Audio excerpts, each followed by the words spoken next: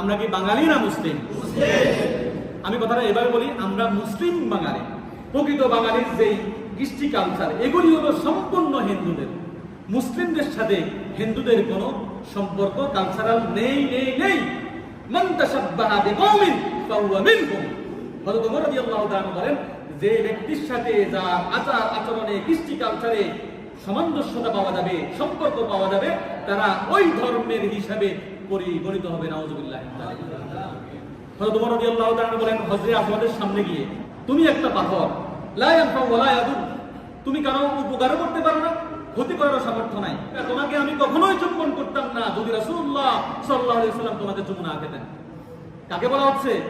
হযরত আসওয়াদকে। অথচ এই পাথরকে চুম্বন করার জন্য মানুষ পাগল হয়ে যায়। পাগল হওয়াটাই স্বাভাবিক। এই পাথরের চুম্বন দিলে গুনাহ মাফ করে দেয় আল্লাহ রাব্বুল আলামিন। তাহলে ওই মুসলিম জাতি আজকে পাথরের পূজা করতেছে। আপনি জানেন কত ভয়ঙ্কর এগুলি। রবীন্দ্রনাথ ঠাকুরের একটা কবিতা আছে, এসো হে বৈশাখ এসো এসো। এই কবিতা ৭ম এবং ৮ম লাইনে একটি কথা আছে যে অগ্নি স্নানে, অগ্নি মানে হলো আগুন। সে তার কবিতাতে কি বলতেছে? এসো হে বৈশাখ এসো, মানে বৈশাখ তুমি আসো, তোমার মাধ্যমে আমার গুনাহগুলি মাফ হয়ে যাবে, যত পাপ আছে সবগুলি শেষ হয়ে যাবে এবং তুমি আমার কল্যাণ নিয়ে আসবে। এটা হলো শিরকি কথা না? বৈশাখ কি কোনো কল্যাণ নিয়ে আসতে পারে? আপনার বিশ্বাস না হলে এই কবিতাটি 1927 সনে, কত সনে? 1927 সনে রবীন্দ্রনাথ লিখেছেন। ওই সময় বাংলা সন হিসাব করলে 1333 সন, ফাল্গুন মাসের 20 তারিখ এই কবিতাটি সে কি করছে? লিখছে। এই কবিতার মোট লাইন সংখ্যা হলো 11টি। 8 নম্বর লাইন আপনি ভালো করে পড়লে বুঝতে পারবেন আসলে অবস্থাটা কি। চিন্তা করুন। তাহলে আমরা পরিপূর্ণ একটা হিন্দু সংস্কৃতিতে বেড়ে ওঠার কারণে আজকে আমাদের এই অধঃপতন।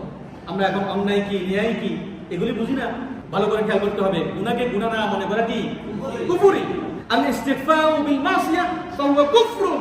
গুনাহকে হালকা মনে করা, ইস্তিগফার মানে ক্ষমা থেকে, গুনাহকে হালকা মনে করা, দেখবে এটা কিছু না, নাথিং, এটাকে কিছু না মনে করা হলো কুফরি বিষয়।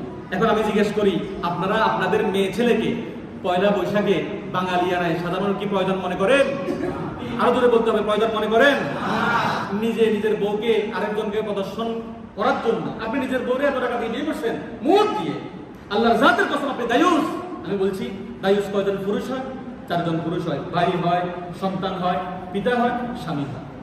যে কোনো একজন তো আপনি জীবিত, আপনি মসজিদে প্রথম কাতারে বসেন, কিন্তু আপনি এটা গুনাহ মনে করেন না। ফাহুয়া কুফরুন, এটা হলো কুফরি। আল্লাহ বলতেছেন, কু আনফুসাকুম ওয়া আহলিকুম নারা, জাহান্নামের আগুন থেকে নিজে বাঁচো, পরিবার পরিজন থেকে কেউ বাঁচো। তুমি নামাজ পড়ো, তোমার স্ত্রী বাইরে ঘুরে রাস্তায় রাস্তায়, এগুলো নিজে গুনাহগার হচ্ছ, আমাদের কেউ গুনাহগার বানাচ্ছ।